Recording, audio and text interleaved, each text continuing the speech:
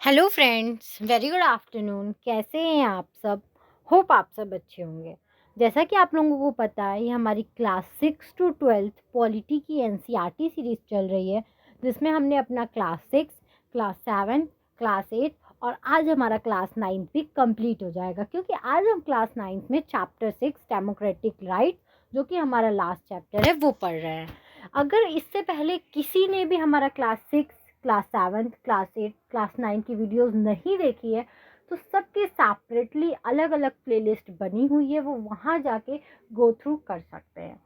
ठीक है, आज हम पढ़ेंगे चैप्टर 6 डेमोक्रेटिक राइट्स। लेकिन चैप्टर स्टार्ट करने से पहले मैं आपको एक छोटी सी इन्फॉर्मेशन देना चाहूँगी कि अगर किसी भी बच्चे को किसी भी सब्जेक्ट के एनसीईआरटी एक्सप्लेनेशन के नोट्स चाहिए होंगे क्लास 6 to 12, तो वो परचेस करने के लिए मेरा डिस्क्रिप्शन बॉक्स चेक कर सकता है। अदरवाइज आप यूपीएससी एस्पिरेंट हो, यूपीएससी की प्रिपरेशन कर रहे हो, तो आपको किसी भी स्टैंडर्ड बुक के हैंड रिटन नोट्स चाहिए होंगे, तो आप परचेस करने के लिए मेरा डिस्क्रिप्शन बॉक्स चेक कर सकते हो। आइए स्टार्ट करते हैं chapter 6 democratic rights. Democratic rights का मतलब होता है कि जो भी आपको डेमोक्रेसी में राइट्स मिले हैं, तो उसका आप कैसे यूज़ कर सकते हैं, क्या क्या राइट्स होते हैं, हम ये सब क्या करेंगे, पढ़ेंगे। पहला है हमारी डेमोक्रेटिक गवर्नमेंट। ठीक है, गवर्नमेंट के क्या क्या राइट्स होते हैं, क्या क्या लिमिटेशंस होती हैं, ये सब देखेंगे। इन द प्रीवियस 2 चैप्टर्स आपने पिछले 2 चैप्टर्स में अच्छे से देखा कि जो कितने तरीके की गवर्नमेंट होती है, लेजिस्लेचर, एग्जीक्यूटिव, जुडिशरी, उनका क्या वर्क होता है, कैसे वो वर्क करती हैं। आपने इस चीज़ों को काफ़ी अच्छे से देखा। 2 major elements of a democratic government, उस दूसरे में आपने देखा था चैप्टर 2 में कि जो मेजर एलिमेंट्स होते हैं डेमोक्रेटिक गवर्नमेंट्स के, वो कौन कौन से एलिमेंट्स होते हैं। चैप्टर 4 में देखा आपने how a democratic government has to be periodically elected by the people in a free and fair manner. आपने देखा कि कैसे जो एक डेमोक्रेटिक गवर्नमेंट है, वो चुन के लोग, आम जनता उसको एक इलेक्शन के थ्रू चुनते हैं, और वो इलेक्शन बहुत ही मतलब फ्री होता है और बहुत ही फेयर होता है। फिफ्थ चैप्टर में आपने देखा learn that a democracy must be based on institutions that follow certain rules and procedures. आपने देखा कि जो डेमोक्रेसी है वो कुछ रूल्स एंड रेगुलेशन से चलती, इंस्टीट्यूशन से चलती है। ठीक है, जब हम एक रिप्रेजेंटेटिव अपना चुनते हैं, उसको इलेक्ट करते हैं, ठीक है, तो वो इलेक्शन से जब जीत के जो रिप्रेजेंटेटिव हमारा लीडर बनता है, वो लीडर्स क्या करते हैं, कुछ इंस्टीट्यूशंस बनाते हैं। और वो इंस्टीट्यूशन ऐसा नहीं होता है कि बिल्कुल फ्री होते हैं, ठीक है, वो उनको एकदम पूरा फुल फ्रीडम होता है, नहीं, उनके कुछ रूल्स एंड प्रोसीजर्स होते हैं, उनको वो फॉलो करके ही चलना पड़ता है। These elements are necessary but not sufficient for a democracy। अभी तक हमने क्लास 6 to 9 तक में जितने भी एलिमेंट्स देखे हैं डेमोक्रेसी के, वो सारे एलिमेंट्स हमारे डेमोक्रेसी के लिए ज़रूरी हैं, लेकिन सिर्फ उतने ही एलिमेंट्स हमारे डेमोक्रेसी के लिए सफिशिएंट नहीं हैं। कहीं ना कहीं इसमें और इम्प्रूवमेंट की ज़रूरत है। जितने एलिमेंट्स हैं वो सब बहुत ज़रूरी हैं, लेकिन वो सब सफिशिएंट नहीं हैं हमारे डेमोक्रेसी के लिए। Elections and institutions need to be combined with a third element। हम मानते हैं कि हमारे यहाँ इलेक्शंस होते हैं, उसमें जो पीपल्स हैं, आम जनता है, वो अपने रिप्रेजेंटेटिव लीडर को चुनती है। ठीक है, फिर वो लीडर्स क्या करते हैं, इंस्टीट्यूशंस बनाते हैं। लेकिन सिर्फ इलेक्शंस और इंस्टीट्यूशंस बना के वर्क करना ही इम्पॉर्टेंट नहीं है। इन दोनों ही एलिमेंट्स को, इलेक्शंस को और इंस्टीट्यूशंस को, हमें एक थर्ड एलिमेंट से जोड़ने की बहुत ज़्यादा ज़रूरत है। ठीक है, उसके साथ कंबाइन करने की उसको ज़रूरत है। Enjoyment of right to make a government democratic. ठीक है, जब हम अपने राइट्स को तभी इंजॉय कर सकते हैं जब हम अपने गवर्नमेंट को डेमोक्रेटिक, एक बेटर डेमोक्रेटिक गवर्नमेंट बनाते हैं। Even the most properly elected rulers working through the established institutional process must learn not to be cross some limits, ठीक है। इवन आप एक अच्छे से इलेक्शन कराते हो फ्री एंड फेयर वे में, उसमें लोग क्या करते हैं, अपने रिप्रेजेंटेटिव लीडर को चुनते हैं। एक प्रॉपर तरीके से चुने हुए लीडर्स के बाद भी जो इलेक्टेड रूलर्स है वो क्या करता है, एक इंस्टीट्यूशन बनाता है, ठीक है। लेकिन उस इंस्टीट्यूशंस को ये बात पता होनी चाहिए कि वो क्या करे, अपनी लिमिट्स को क्रॉस ना करे, वो अपनी लिमिट्स में रह के वर्क करे। उनके लिए हमें कुछ ऐसे रिस्ट्रिक्शंस बनाने होंगे, रीजनेबल रूल्स बनाने होंगे, जिनको फॉलो करके वो अपनी लिमिट्स को कभी भी ना भूले और एक पैटर्न्ड वे में क्या करे, वर्क करे। Citizens democratic right set those limits in a democratic, ठीक है। तो ये लिमिट्स उन पे कौन पुट करता है, ये लिमिट्स जो हमारे राइट्स होते हैं, हमारे डेमोक्रेटिक राइट्स होते हैं, यही राइट्स क्या करते हैं, उन पे ये रीजनेबल रिस्ट्रिक्शन या लिमिट्स लगाते हैं कि वो अपने लिमिट्स को क्रॉस नहीं करेंगे। क्यों? क्योंकि कॉन्स्टिट्यूशन ने जिस बात की, हमें जिस राइट्स की गारंटी दी है, उस गारंटी में सारी बातें आती है जो बातें गवर्नमेंट, एक इंस्टीट्यूशन तोड़ नहीं सकता, ठीक है।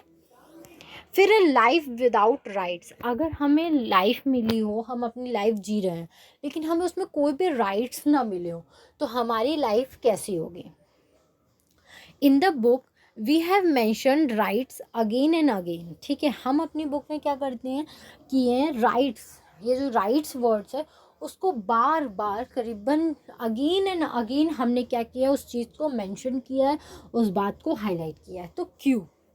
प्रिजन्स इन क्वांटनामो बे, यहाँ पे कुछ एग्जांपल्स दिए हैं, जैसे जेल में बंद कर देना, एक क्वांटनामो बे है उसमें। Citizens rights in Saudi Arabia, आपने सिटीजन्स राइट देखे होंगे सऊदी अरेबिया की, कि उनको कोई भी राइट नहीं है, वहाँ पे मोनार्की है, वहाँ पे किंग रूल करता है। Ethnic massacre in Kosovo, a province of Yugoslavia before it's split, ठीक है। आपने एक मैस्केयर देखा होगा कोसोवो में, यूगोस्लाविया उसके स्प्लिट के, उसके बंटवारे के पहले, ठीक है। तो ये सब कुछ एग्जांपल्स दिए हैं। अब हम देखेंगे सिटीजन्स राइट्स इन साउथ अरेबिया, कि क्या था सिटीजन्स राइट साउथ अरेबिया का, कैसे वहाँ के लोग जो है स्ट्रगल करते थे। A country is ruled by a hereditary king, वो जो कंट्री थी वहाँ पे रूल कौन करता था, वहाँ पे एक हेरिडेटरी किंग था।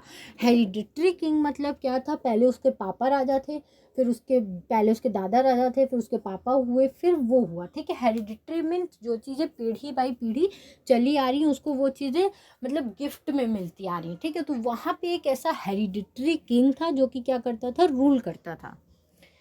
The people have no role in electing और चेंजिंग देयर रूलर्स, ठीक है। वहाँ पे जब इलेक्शंस होते थे, इलेक्शंस तो होते ही नहीं थे, और जब भी रूलर्स बदलते थे तो उसमें क्या होता था, पीपल का कोई भी वर्क नहीं होता था। मतलब जो लोग थे वो अपने रिप्रेजेंटेटिव को नहीं चुन सकते, या जब भी किंग चेंज हो रहा है तो उसमें उनका कोई रोल नहीं था। वो चीज़ें हेरिडेटरी चली आ रही थी कि जिसका बाप है, जिसका बेटा है, वही बनता आएगा, और वो जैसे वर्क करेगा वो ठीक है, उसमें कोई भी क्या है, कुछ बोलेगा नहीं।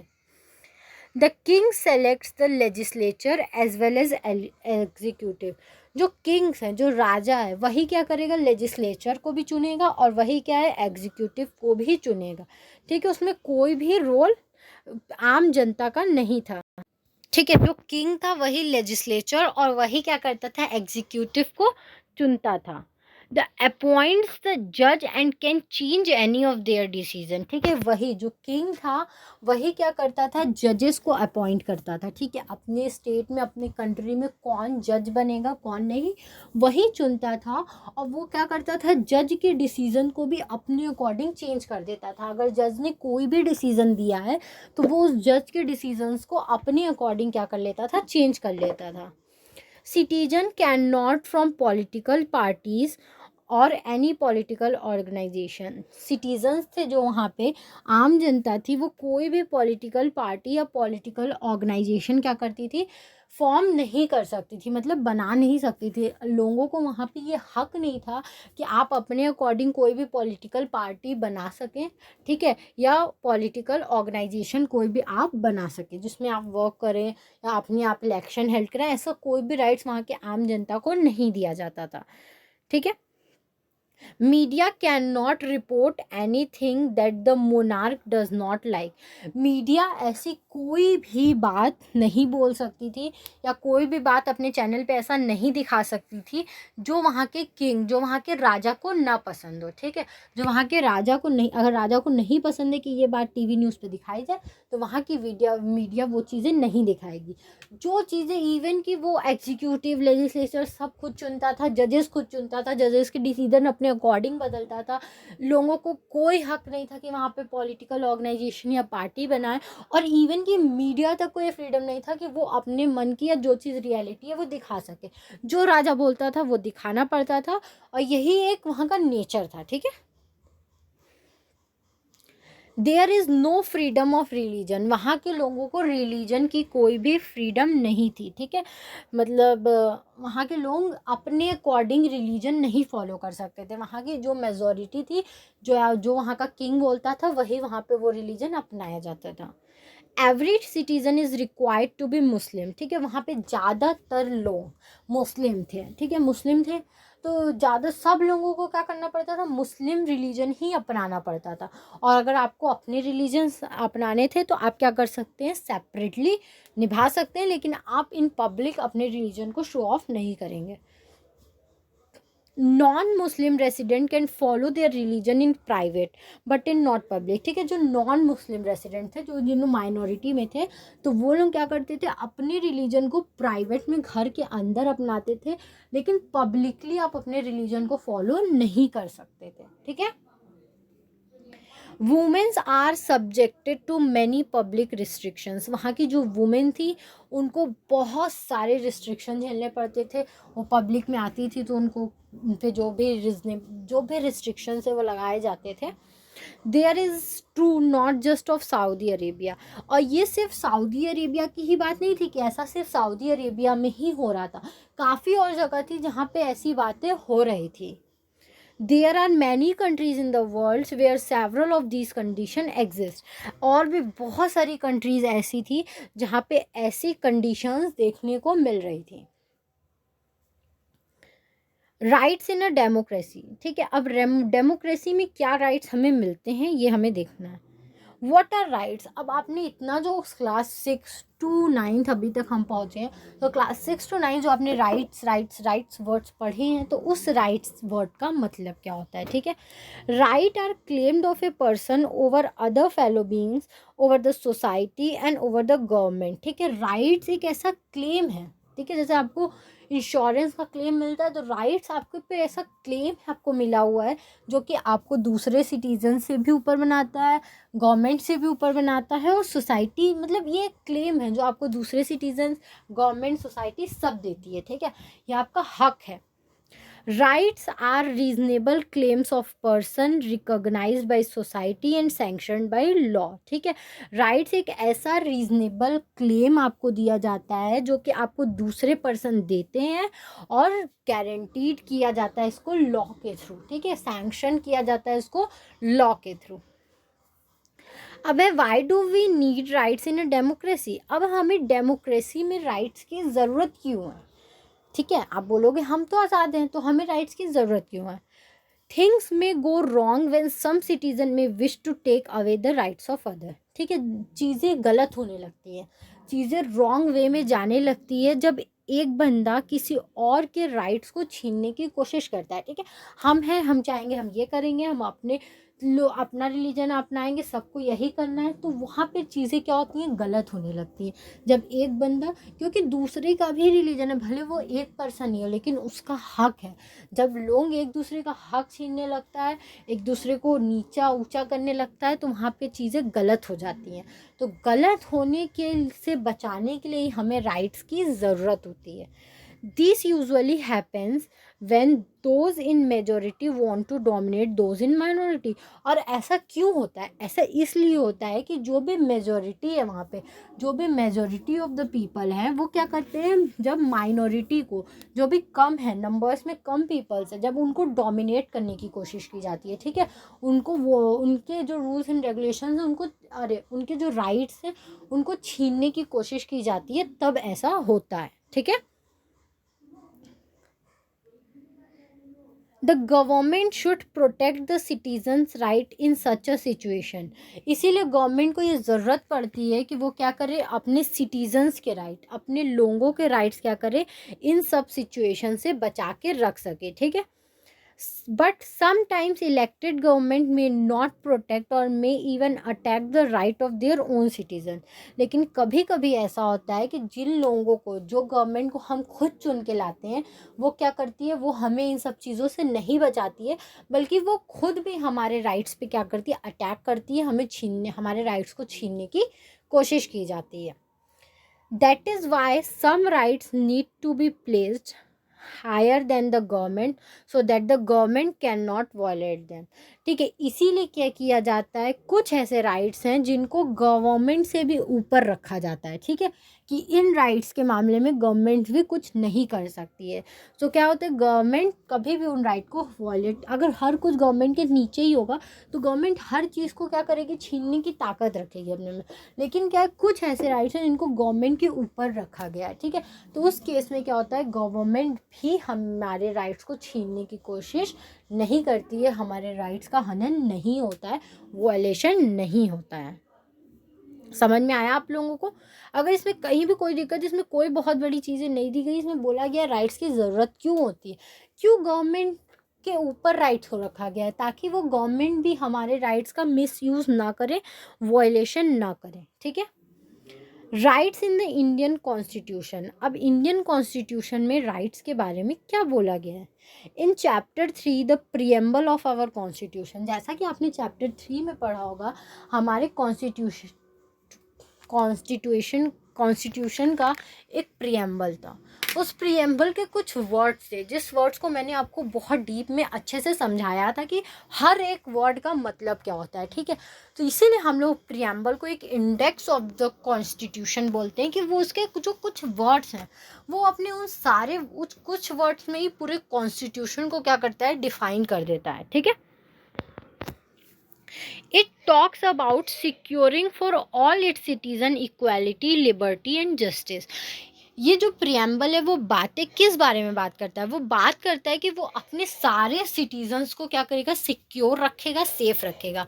किस चीज़ से? इक्वालिटी, लिबर्टी और जस्टिस। ये इसके कुछ वर्ड्स हैं, जो वर्ड्स से क्या करता है, इसके बातें हैं कॉन्स्टिट्यूशन में, जिससे हमारे जो ऑल सिटीजन्स ऑफ इंडिया हैं, जो हमारे पीपल्स हैं, सिटीजन्स हैं, वो क्या रहेंगे, सिक्योर रहेंगे, सेफ रहेंगे। They are an important basic features of Indian constitution. और ये हमारे कॉन्स्टिट्यूशंस के कुछ बेसिक फीचर्स भी हैं, ठीक है। जिस फीचर्स का दावा करते हैं, ये हमारे इंडियन कॉन्स्टिट्यूशंस के वो फीचर्स हैं। Our constitution provide for 6 fundamental rights. हमारा जो कॉन्स्टिट्यूशन है, हमें 6 ऐसे फंडामेंटल राइट्स प्रोवाइड करता है, जो कि क्या होते हैं, गवर्नमेंट से भी ऊपर होते हैं। गवर्नमेंट भी उसका वॉयलेशन, हनन या उसके अगेंस्ट नहीं जा सकते हैं, ठीक है। 6 फंडामेंटल राइट। अब वो 6 फंडामेंटल राइट कौन कौन से हैं? फर्स्ट फंडामेंटल राइट है हमारा right to equality. Right to equality हमें क्या बताता है? The laws apply in the same manner to all, regardless of a person's status. This is called the rule of law।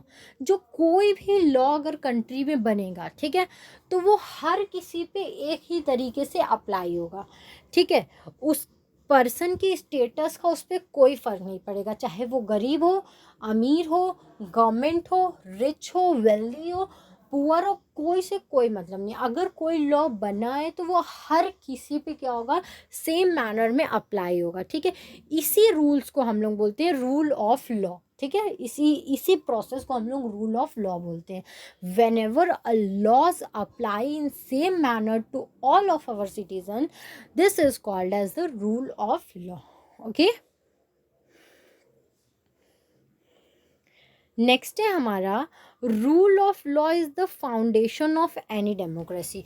और यही जो रूल ऑफ लॉ वर्ड है, ये किसी भी डेमोक्रेसी का एक फाउंडेशन होता है, मतलब एक पिलर होता है, पिलर की तरह वर्क करता है, ठीक है। Without pillar we can not build any building, as we know तो उसी तरह क्या है, हम विदाउट फाउंडेशन हम कोई भी डेमोक्रेसी नहीं चला सकते।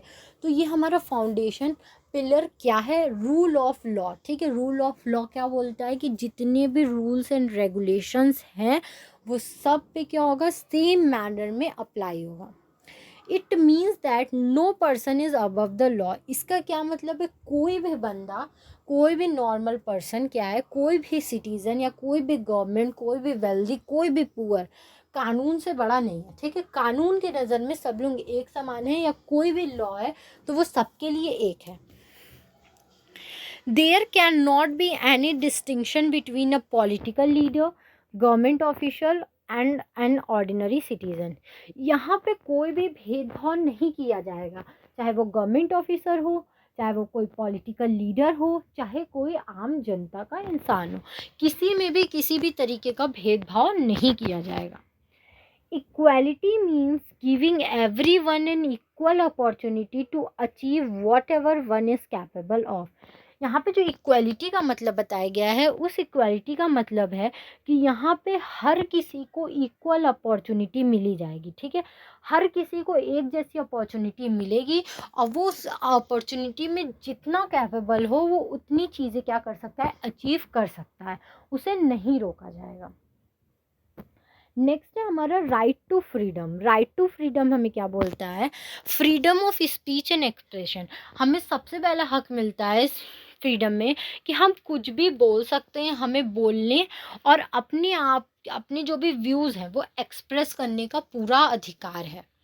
Assembly in a peaceful manner, हम कहीं पे भी असेंबली कर सकते हैं, रैलीज कर सकते हैं, लेकिन वो शांतिपूर्वक होनी चाहिए, ऐसा नहीं है कि वो हिंसक होनी चाहिए। ठीक है, फॉर्म एसोसिएशन एंड यूनियंस, हम कोई भी एसोसिएशन, ग्रुप और कोई भी यूनियन मतलब कहीं भी इकट्ठा हो सकते हैं। ठीक है, move freely through out the country, हम कंट्री में कहीं भी क्या कर सकते हैं, फ्रीली घूम सकते हैं, हमें कोई भी रोकेगा नहीं। Reside in any part of the country, हम कोई भी कंट्री के पार्ट में जाके क्या कर सकते हैं, रह सकते हैं। प्रैक्टिस एनी प्रोफेशन और to carry on any occupation, trade और बिजनेस, हम जो भी प्रोफेशन अपनाना चाहें, हम जिस भी काम में जाना चाहें जा सकते हैं। ऐसा नहीं है मेरे पापा आर्टिस्ट हैं तो हम भी आर्टिस्ट बने, ऐसा नहीं है। हम कोई भी बिजनेस ऑक्यूपेशन कर सकते हैं, ट्रेड कर सकते हैं कहीं भी, और कहीं भी बिजनेस कर सकते हैं।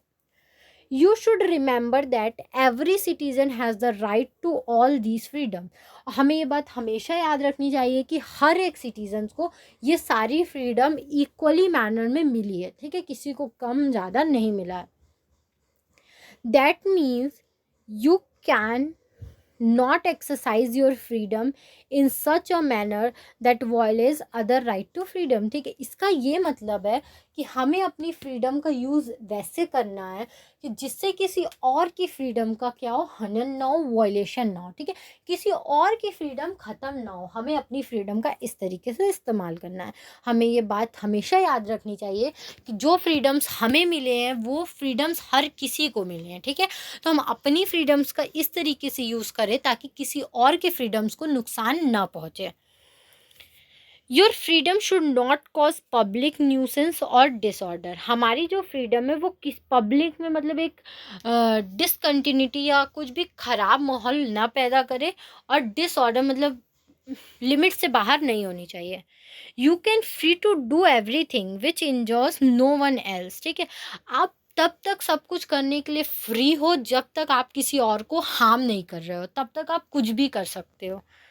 Freedom is not unlimited licence to do what one wants. ठीक है, फ्रीडम का मतलब यहाँ पे फ्रीडम आपको दी गई है, इसका मतलब ये नहीं है कि आपको एक फ्री में लाइसेंस मिल गया है कि आप अनलिमिटेड कुछ भी कर सकते हो, ऐसा कुछ नहीं है। ठीक है, आप पे हर फ्रीडम पे एक रीजनेबल रिस्ट्रिक्शंस लगे हैं, उस रीजनेबल रिस्ट्रिक्शन को आप क्लास 11th और 12th की बुक में अच्छे से पढ़ोगे। ठीक है, accordingly the government can impose certain reasonable restrictions on our freedom in the large interest of the society।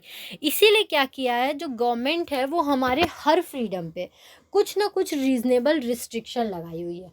वो रिस्ट्रिक्शन क्यों लगाई हुई है कि जो सोसाइटी है उसको कुछ भी नुकसान ना पहुंचे, ठीक है। क्योंकि अगर हमें डायरेक्टली पूरी तरीके से छूट दे दी जाएगी, कोई रिस्ट्रिक्शन नहीं लगाया जाएगा, तो हम अपनी फ्रीडम का गलत यूज़ करके एक जो major part of the society है उसको कहीं ना कहीं हार्म पहुंचा सकते हैं, ठीक है। Citizens have the freedom to hold meeting, procession, rallies and demonstration on any issue. हम लोगों को, आम जनता को ये पूरा हक दिया जाता है कि अगर आपके पास कोई मुद्दा है या आप किसी बात पे डिसएग्री हैं तो आप मीटिंग्स कर सकते हैं, रैलीज कर सकते हैं और कुछ भी कर सकते हैं, ठीक है। आपको अगर कहीं धरना प्रदर्शन करना है या कुछ भी करना है तो आप कर सकते हैं। As citizen, we have the freedom to travel to any part of the country. As a citizen, ठीक है, आपको जहाँ कंट्री के अंदर जहाँ घूमना है आप घूम सकते हैं, आप पे कोई रिस्ट्रिक्शंस नहीं है। A person who is arrested and detained in custody will have to be informed of the reasons for such arrest and detention, ठीक है। आप जिस भी पर्सन को क्या करते हो, अरेस्ट करते हो, ठीक है, या डिटेन करते हो, तो आप उस बंदे को, आप उस पर्सन को क्या करोगे, इन्फॉर्म करोगे कि भैया आपको किस लिए और किस जुर्म में हम अरेस्ट कर रहे हैं। उसको ये इन्फॉर्मेशन जानने का क्या है, पूरा हक है, ठीक है। उसको ये इन्फॉर्मेशन जानने का पूरा हक है। A person who is arrested and detained shall be produced before the nearest magistrate within a period of 24 hours of arrest. आप जिस भी बंदे को क्या किए हो, अरेस्ट किए हो या डिटेन किए हो, आपको अपने के नज़दीकी जो भी मजिस्ट्रेट है, कोर्ट है, आपको उसमें उसको 24 घंटे के अंदर अंदर क्या करना है, हाजिर करना है। आप ऐसा नहीं है कि आप उसको जेल में बंद करके रखे हुए हो, नहीं, आपको उसको कोर्ट लेके जाना ही होगा within 24 hours. Such a person has the right to wait a minute Such a person has the right to consult a lawyer or engage a lawyer for his defense, ठीक है। उस person को ये पूरा हक होता है कि वो क्या कर सकता है, किसी भी लॉयर से क्या कर सकता है, कंसल्ट कर सकता है, जाके बातचीत कर सकता है, अपने केस के बारे में बता सकता है और अपने डिफेंस के लिए वो लॉयर भी रख सकता है। इस बात की उसको पूरी फ्रीडम होती है। नेक्स्ट है हमारा राइट अगेंस्ट एक्सप्लॉयटेशन। अब हमारे एक्सप्लॉयटेशंस के अगेंस्ट हमारे लिए क्या क्या राइट्स हैं। The constitutions mentions 3 specific evils and declares this illegal, ठीक है। कॉन्स्टिट्यूशन ने मेरे लिए 3 ऐसे जुर्म बताए हैं जिसको उन्होंने इलीगल बताया है। First, the constitution prohibits traffics in human being, ठीक है। जो ह्यूमन ट्रैफिकिंग होती है उसको इन्होंने पूरी तरीके से क्या किया है, प्रोहिबिट, मतलब एकदम गैर कानूनी बताया है। Second, our constitution also prohibits force labours और बिगिन इन एनी फॉर्म, ठीक है। जो दूसरा बताया है, जो फोर्स लेबर होते हैं, ठीक है, जिनको बंधुआ मजदूर बोलते हैं, उसको भी इन्होंने पूरी तरीके से क्या किया है, गैर कानूनी बताया है, चाहे वो किसी भी फॉर्म में हो। The Constitution also prohibits child labor. No one can employ a child below the age of 14 to work in any factory or mine or in any other hazardous work such as railways and ports, ठीक है। Constitution ने बताया है कि child labour पूरी तरीके से गैर कानूनी है। आप किसी भी बच्चे को 14 साल से नीचे क्या कर सकते हो, वर्क पे नहीं रख सकते हो, ना किसी फैक्ट्री में रख सकते हो, ना जहाँ पे खुदाई का काम होता हो वहाँ रख सकते हो, ना ही आप किसी ऐसे हैजर्डस वर्क जहाँ पे क्या होता है, सिगरेट, तंबाकू या जहाँ पे केमिकल्स वाली चीज़ें बनती है वहाँ रख सकते हो, ना ही रेलवे और ना ही एयरपोर्ट पे आप 14 साल से नीचे वर्क को चिल्ड्रंस को रख सकते हो, ठीक है। कहीं भी नहीं रख सकते हो, बट इन सब जगह पे अगर आपके खुद के बच्चे हैं तो आप उनको भी नहीं ले आ सकते। जैसे कि कभी कभी होता है कि आपका ओन बिजनेस है तो आपके बच्चे चाहे 14 साल से छोटे, आप उनको वहाँ लेके आ सकते हो, बट इन सारी जगह पे नहीं है, ठीक है। कि आप उनसे पार्ट टाइम होता है, कभी कभी होता है अपना खुद का बिजनेस है तो आप पार्ट टाइम उससे कुछ करा सकते हो कि 1 घंटा आके दुकान देख लो, लंच टाइम में देख, वो चीज़ें नॉर्मल है। लेकिन इन सब चीज़ों पे आप उनको पेड एम्प्लॉयड की तरह वर्क नहीं करा सकते, ठीक है। नेक्स्ट है हमारा right to freedom of religion. ठीक है, हमें रिलीजन प्रैक्टिस करने की पूरी फ्रीडम मिली हुई है। Chapter 3 the India is a secular state, जैसा कि आपने चैप्टर 3 में हमने पढ़ा था कि जो इंडिया है वो सेकुलर स्टेट है। ठीक है, कोई भी स्टेट किसी एक पर्टिकुलर रिलीजन को फॉलो नहीं कर सकता है। स्टेट रिलीजियस से बिल्कुल ही सेपरेट होता है। A secular state is one that does not establish any one religious as official religion। ठीक है, सेकुलर स्टेट का मतलब होता है कि जो हमारा स्टेट होता है, ठीक है, वो कोई भी एक रिलीजन को फॉलो नहीं कर सकता। स्टेट और रिलीजन बिल्कुल ही सेपरेट होते हैं, या स्टेट का कोई भी ऑफिशियल रिलीजन नहीं होता है। The state has to be neutral and impartial in dealing with all religion. वो न्यूट्रल होगा। ठीक है, जो स्टेट्स होता है वो बिल्कुल ही न्यूट्रल होता है और इम्पार्शियल होता है। चाहे कोई भी रिलीजन हो वो बिल्कुल ही इम्पार्शियल होगा। ठीक है, उसका कोई रिलीजन नहीं हो रहा है। जितने रिलीजन्स हो रहे हैं सब उसके रिलीजन है और वो सबको क्या करेगा, इक्वली सपोर्ट करेगा। Every person has a right to profess, practice and propagate the religion he or she believes in। Her person को यह अधिकार है कि वो अपने जो भी रिलीजन को वो मानता है उसको वो मान सकता है, दूसरे को बता सकता है, दूसरे से पूछ सकता है, वो कुछ भी उस रिलीजन के बारे में कर सकता है, उस पर कोई रोक नहीं है। Religious practices which treat women as inferior or those that infringe women freedom are not allowed। Sorry, अगर आप कोई ऐसी रिलीजियस प्रैक्टिस कर रहे हो, ठीक है, जहाँ पे वुमेन्स को नीचा दिखाया जा रहा है, या वुमेन्स पे क्या हो रहे हैं, रिस्ट्रिक्शन लगाए जा रहे हैं, या वुमेन्स को क्या किया जा रहा है, घर में कैद किया जा रहा है, या उनको डेवलपमेंट से रोका जा रहा है, तो वो सब रिलीजन्स आपको करने का परमिशन नहीं है, वो सब अलाउड नहीं है।